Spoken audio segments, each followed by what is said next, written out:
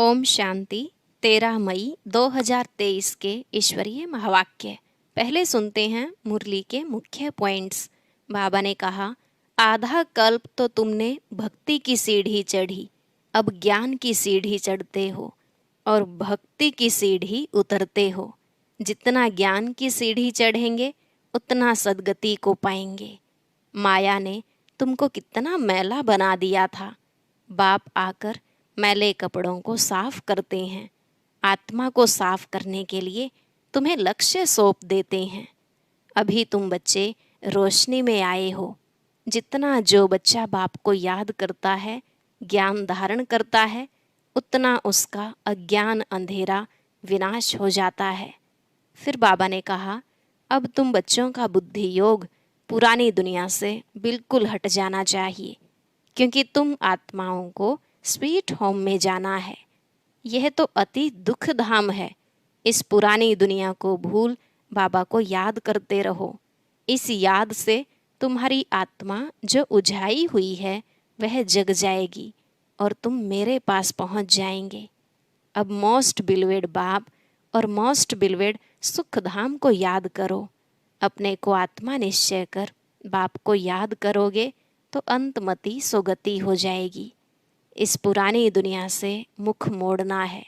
अपना तन मन धन सब बाप को दे नया लेना है।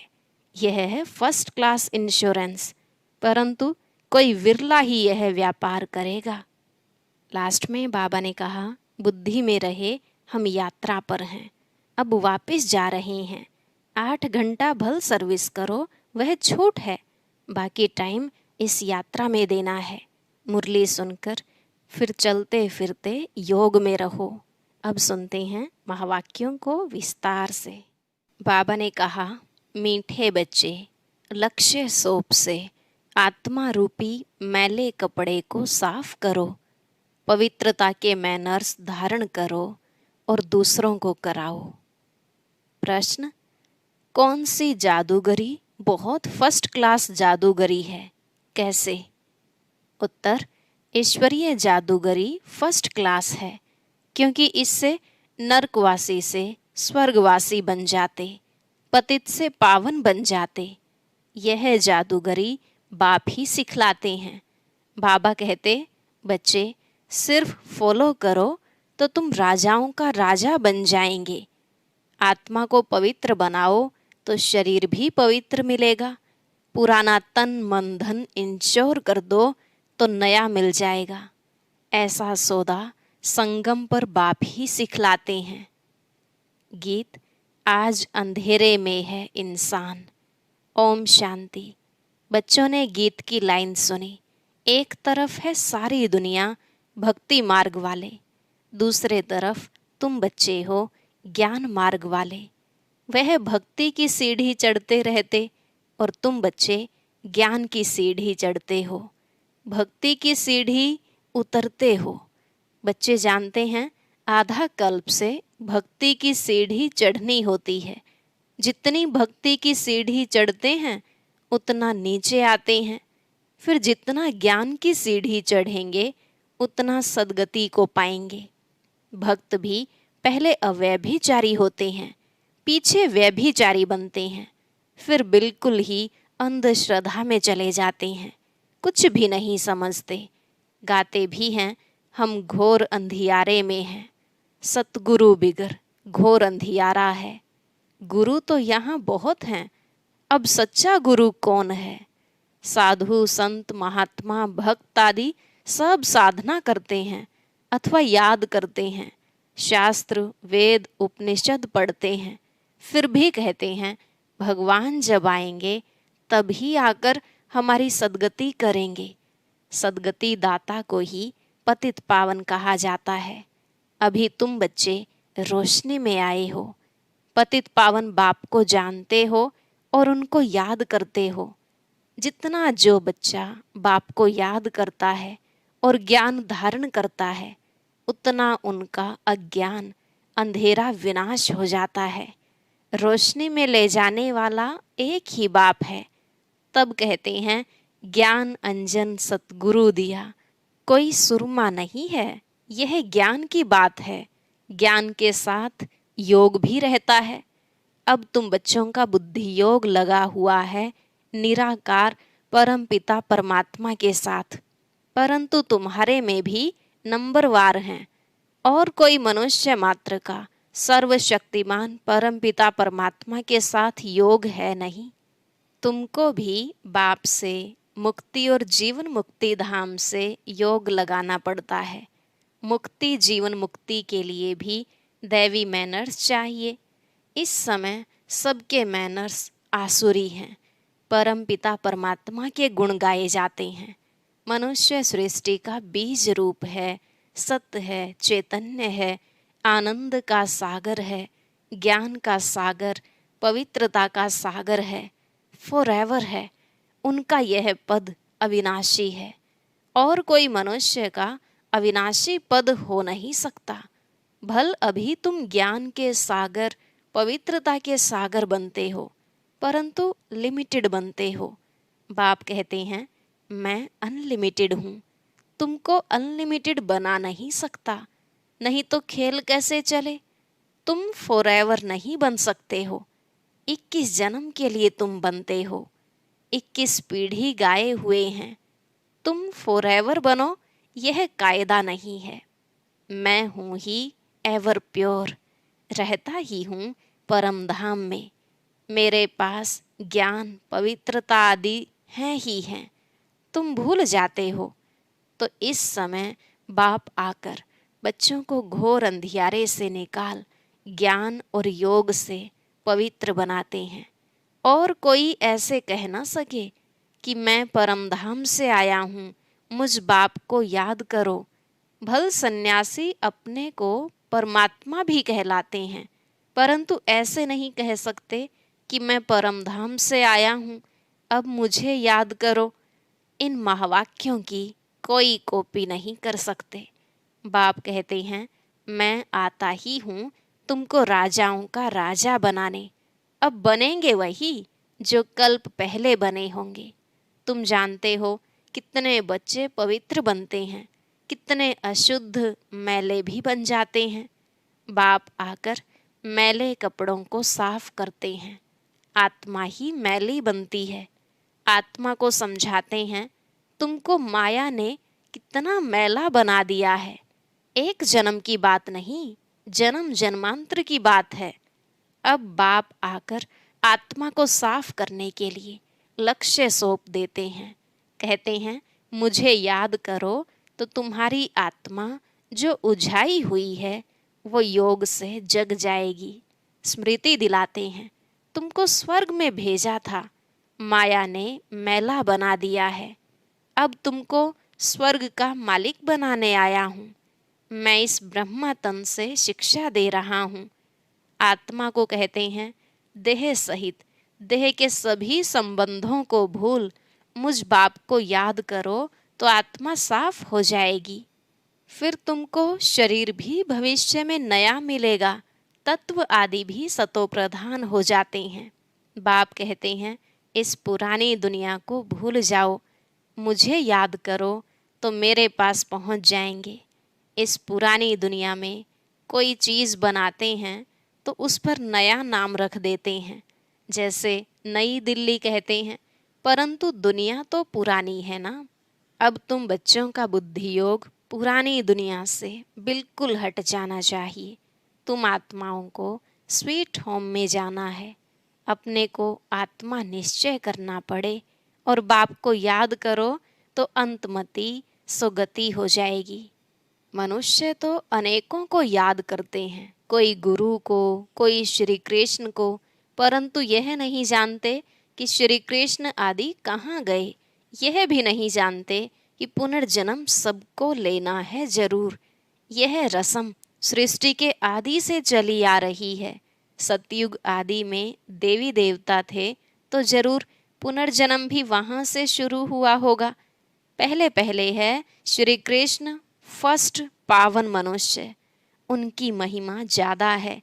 लक्ष्मी नारायण की इतनी नहीं है, क्योंकि बच्चे पवित्र सतो प्रधान होते हैं, परंतु यह नहीं जानते कि श्री कृष्ण पुरी कहाँ है। वैकुंठ कहते हैं परंतु सतयुग का किसको पता ही नहीं है। श्री कृष्ण को द्वापर में ले गए हैं, वह नाम रूप दूसरे जन्म में हो नहीं सकता। श्री कृष्ण तो सतयुग में था। तुम जानते हो, यह जगत अम्बा जगत पिता जाकर लक्ष्मी नारायण बनते हैं। सतयुग को कृष्णपुरी कहा जाता है, अब है कंसपुरी। यह आसुरी नाम है। वहाँ है दैवी संप्रदाय, यहाँ है आसुरी संप्रदाय।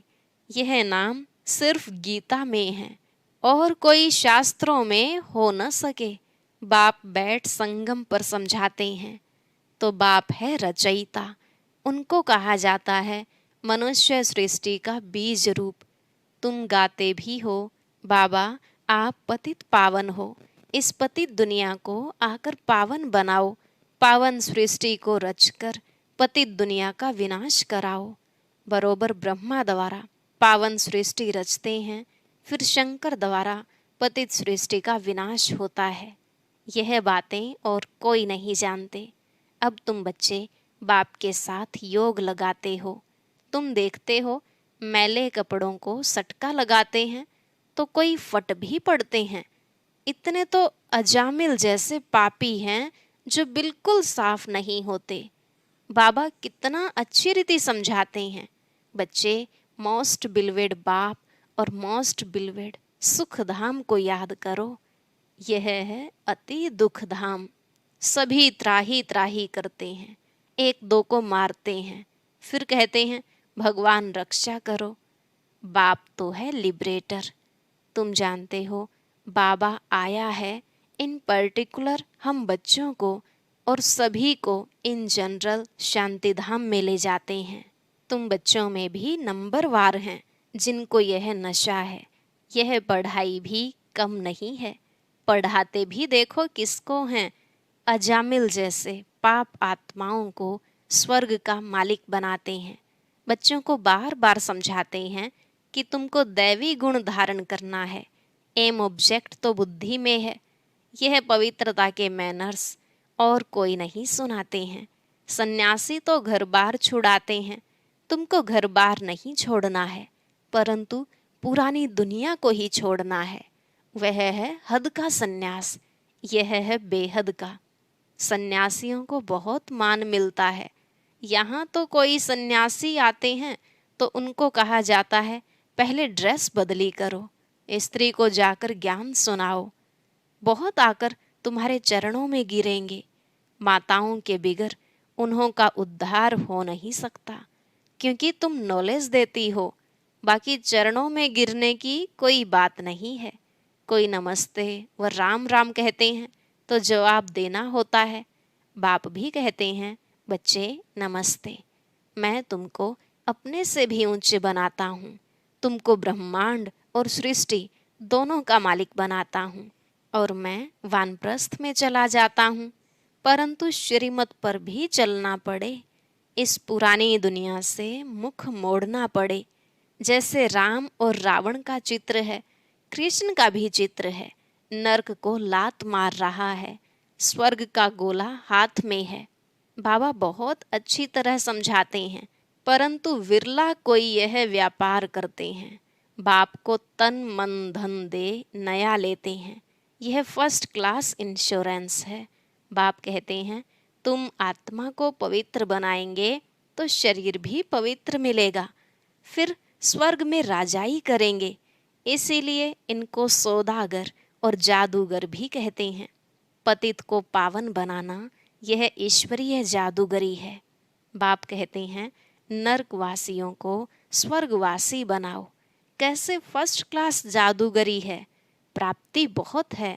बाप कहते हैं राजाओं का राजा बनो, फॉलो फादर करो। यह बाप अधर कुमार है, मम्मा कुंवारी कन्या है, तो फॉलो करना पड़े। तुम कहेंगे हम भाई बहन हैं, बाप से वर्षा लेते हैं। वैसे लौकिक में बहन को वर्षा नहीं मिलता है, भाई को मिलता है। यहाँ तुम सबको मिलता है, क्योंकि तुम सब आत्माएं हो। बाप कहते हैं तुम सबको मेरे पास आना है। फिर तो यह भाई बहन का नाता टूट जाता है। वहाँ है बाप और बच्चों का नाता। इसीलिए कहते हैं we are all brothers. Brotherhood है, फादरहुड होता नहीं। सर्वव्यापी के ज्ञान ने बहुत नुकसान किया है। अब तुम बच्चों को बाप को याद करना है। ऐसे नहीं कोई योग में बिठाए, तुमको लक्ष्य मिला हुआ है। मुरली सुनकर फिर चलते फिरते योग में रहना है। यात्रा है, जा रहे हैं। 8 घंटा भल सर्विस करो, वह भी छूट है। बाकी टाइम देना है। मुख्य बात है पवित्रता की। एक दो को पतित बनाते, आदि मध्य अंत दुखी किया है। अब बिल्कुल झाड़ सड़ गया है। बाबा आकर सड़े हुए झाड़ को दैवी झाड़ बनाते हैं। अब श्रीमत पर चलो। शिव बाबा भी बात करते हैं तो ब्रह्मा भी बात करते हैं। परंतु तुम जानते हो शिव बाबा हमारा बाप भी है, टीचर भी है, तो सतगुरु भी है। तुम बच्चे भी हो तो स्टूडेंट भी हो, और तुमसे गारंटी करते हैं तुमको वापस ले जाऊंगा। ऐसी गारंटी और कोई कर न सके। वह तो सिर्फ अपने ऊपर बड़े बड़े टाइटल रखा लेते हैं। अब तुमको अथॉरिटी मिली है। तुम समझा सकते हो कि जगत गुरु है एक, वही सबकी सद्गति करते हैं। ऐसे सुखदाता बाप को कोई जानते नहीं। अगर बाप को जाने तो प्रॉपर्टी को भी जान जाए। अच्छा, मात पिता बाप दादा का मीठे मीठे सिकिलधे बच्चों प्रति याद प्यार और गुड मॉर्निंग। रूहानी बाप की रूहानी बच्चों को नमस्ते। रूहानी बच्चों की रूहानी बाप दादा को नमस्ते नमस्ते, गुड मॉर्निंग, शुक्रिया बाबा, शुक्रिया। धारणा के लिए मुख्य सार। पहला पॉइंट, अंतमति सो गति के लिए पुरानी दुनिया से दिल हटाकर अपना मुख मोड़ लेना है। अपने स्वीट होम को याद करना है। दूसरा, सौदागर बाप से सच्चा सौदा करना है। तन मन धन सब इंश्योर कर फॉलो फादर करना है। आज का वरदान, हद की दीवारों को पार कर मंजिल के समीप पहुंचने वाले उपराम भव। हद की दीवारों को पार कर मंजिल के समीप पहुंचने वाले उपराम भव। बाबा ने कहा किसी भी प्रकार की हद की दीवार को पार करने की निशानी है पार किया, उपराम बना। उपराम स्थिति अर्थात उड़ती कला। ऐसी उड़ती कला वाले कभी भी हद में लटकते व अटकते नहीं। उन्हें मंजिल सदा समीप दिखाई देती है। वे उड़ता पंछी बन कर्म के इस कल्प वृक्ष की डाली पर आएंगे। बेहद के समर्थ स्वरूप से कर्म किया और उड़ा। कर्म रूपी डाली के बंधन में फंसेंगे नहीं, सदा स्वतंत्र होंगे। स्लोगन, अनुभवों की अथॉरिटी बनो तो माया के भिन्न भिन्न रॉयल रूपों से धोखा नहीं खाएंगे। अनुभवों की अथॉरिटी बनो तो माया के भिन्न भिन्न